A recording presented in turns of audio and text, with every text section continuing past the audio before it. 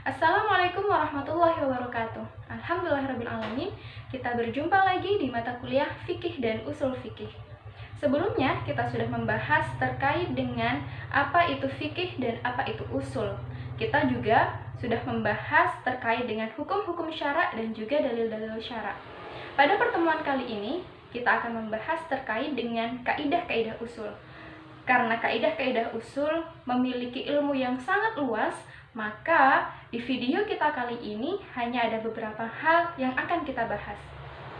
Setidaknya ada 4 poin. Yang pertama yaitu adalah amr, yang kedua adalah nahyi, yang ketiga adalah am, dan yang keempat adalah khos. Yang pertama adalah amar. Menurut mayoritas ulama usul fikih, amar adalah suatu tuntutan atau perintah untuk melakukan sesuatu dari pihak yang kedudukannya lebih tinggi kepada pihak yang tingkatannya lebih rendah. Nah, ada beberapa gaya bahasa atau redaksi di dalam dalil-dalil syara yang menunjukkan bahwa itu adalah perintah untuk dilakukan.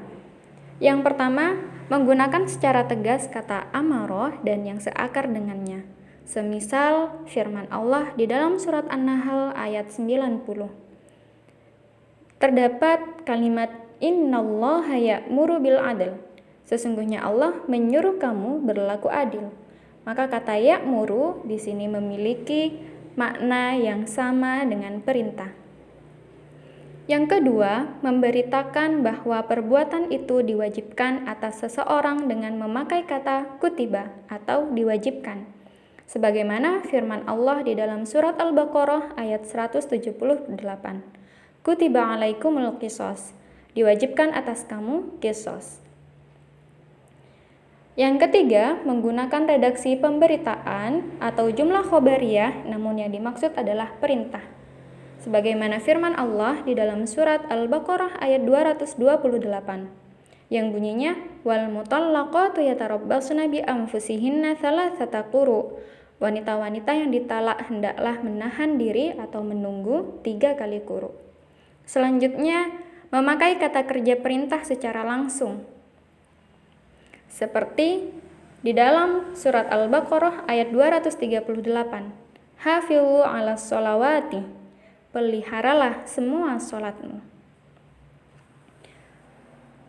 Selanjutnya menggunakan kata kerja mudhari yang disertai lam amr.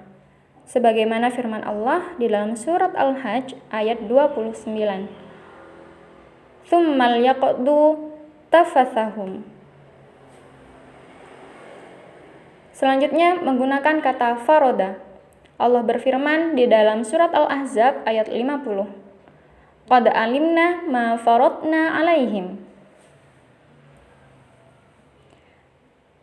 Berikutnya, memberi penilaian bahwa perbuatan itu adalah baik. Di dalam surat Al-Baqarah ayat 220 Allah berfirman, "Wa yas'alunaka 'anil yatama, qul islahul lahum khair." Dan mereka bertanya kepadamu Muhammad tentang anak yatim. Katakanlah, mengurus urusan mereka adalah baik. Maka penilaian bahwa perbuatan itu adalah baik merupakan indikasi untuk dilakukannya sebuah perbuatan. Berikutnya, menjanjikan kebaikan yang banyak atas pelakunya. Seperti firman Allah di dalam surat Al-Baqarah ayat 245. Man dzalladzi yuqridullaha qardan hasana fayudha'ifahu lahu ad'afan katsira. Siapakah yang memberi pinjaman kepada Allah, pinjaman yang baik atau menafkahkan hartanya di jalan Allah, maka Allah akan melipat gandakan pembayaran kepadanya dengan lipat ganda yang banyak. Di dalam amar terdapat kaidah-kaidah yang berhubungan dengannya. Yang pertama, al-aslu fil amri lil wujub. Asal dari perintah adalah wajib. Amar, meskipun tidak disertai oleh penjelasan atau qarinah apapun, menghendaki wajibnya pihak yang dikenai amar untuk berbuat. Tidak dapat dipahami dari amar itu ada maksud lain kecuali bila ada keterangan lain yang menjelaskannya. Selanjutnya adalah dilalatul amr ala tikrori awil wahdah. Suatu perintah haruskah dilakukan berulang kali atau cukup dilakukan sekali saja? Nah, pada asalnya suatu perintah itu tidak menuntut untuk dilakukan secara berulang kali, kecuali ada dalil yang menjelaskannya. Yang ketiga, dilalatul amr alal fauri at-tarahi. Suatu perintah haruskah dilakukan sesegera mungkin atau bisa ditunda-tunda? Nah, menurut jumhur ulama usul fikih, suatu perintah tidak menuntut untuk segera dilakukan selama tidak ada dalil lain yang menunjukkan untuk itu. Karena yang dimaksud oleh suatu perintah hanyalah terwujudnya perbuatan yang diperintahkan. Menurut pendapat ini, adanya ajaran agar suatu kebaikan segera dilakukan bukan ditarik dari perintah itu sendiri, tetapi dari dalil lain. Misalnya secara umum terkandung dalam ayat 148 surat Al-Baqarah yang bunyinya fastabiqul khairat, maka berlomba-lombalah dalam melakukan kebaikan.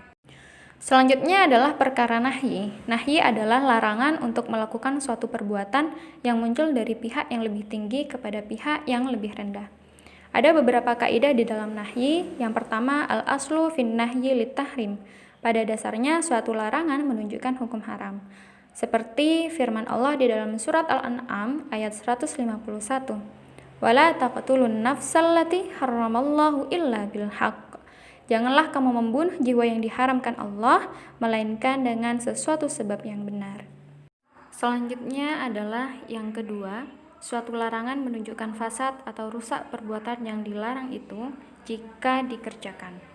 Sebagaimana Allah berfirman di dalam surat Al-Jumu'ah ayat 9. Yang artinya, hai orang-orang yang beriman, apabila diseru untuk menunaikan sholat Jumat, maka bersegeralah kamu kepada mengingat Allah dan tinggalkanlah jual beli.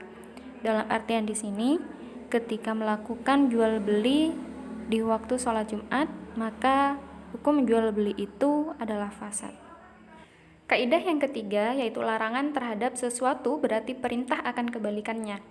Contohnya di dalam surat Luqman ayat 18, Allah berfirman, "Wala tusair khaddaka lin-nasi wala tamshi fil ardi maraha." Dan janganlah kamu memalingkan mukamu dari manusia, dan janganlah kamu berjalan di muka bumi dengan angkuh. Dalam artian, kita dilarang untuk memalingkan muka dan untuk tidak berjalan di muka bumi secara angkuh. Ya, ada beberapa ungkapan an-nahyi di dalam nas-nas syara. Yang pertama, format fi'il mudhari yang dilekati dengan la nahiyah. Sebagaimana firman Allah di dalam surat Al-Isra ayat 32 yang bunyinya wala taqrabuz zina. Kata la taqrabu, janganlah kamu mendekati zina. Format yang kedua yaitu format kata kerja yang bermakna meninggalkan atau tidak melakukan perbuatan. Contohnya di dalam firman Allah surat Al-Hajj ayat 30. Fanjatanibur rijasa, maka jauhilah olehmu berhala-berhala. Yang ketiga yaitu format penggunaan kata naha berikut turunannya.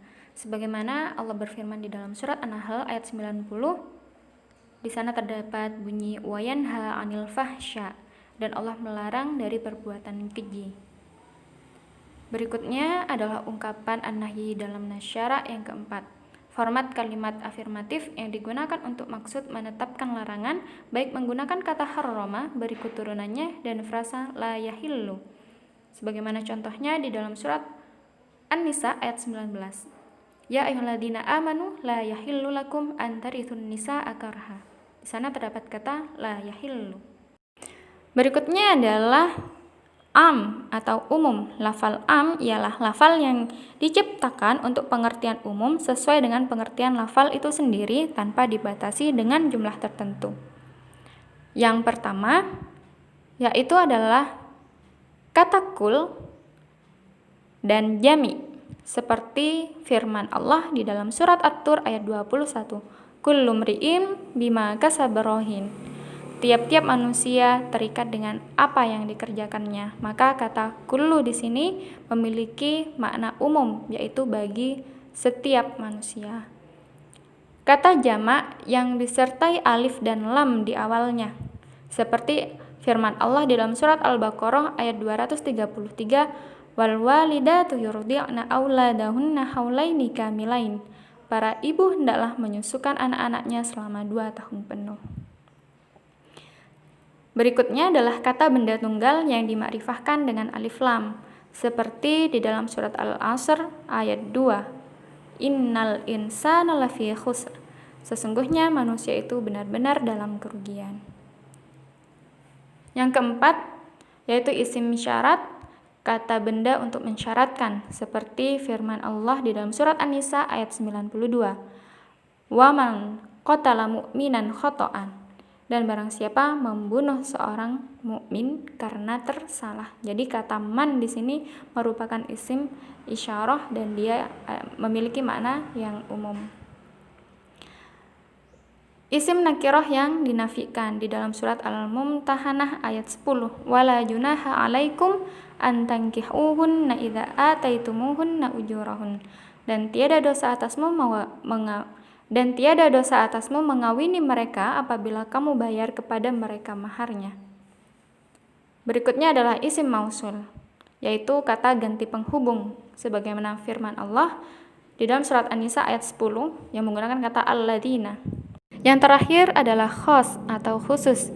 Ialah lafal yang mengandung satu pengertian secara tunggal atau beberapa pengertian yang terbatas. Contohnya di dalam surat Al-Maidah ayat 89 yang bunyinya fakaffaratu it'amu asyarati masakin. Maka kafarat melanggar sumpah itu ialah memberi makan 10 orang miskin.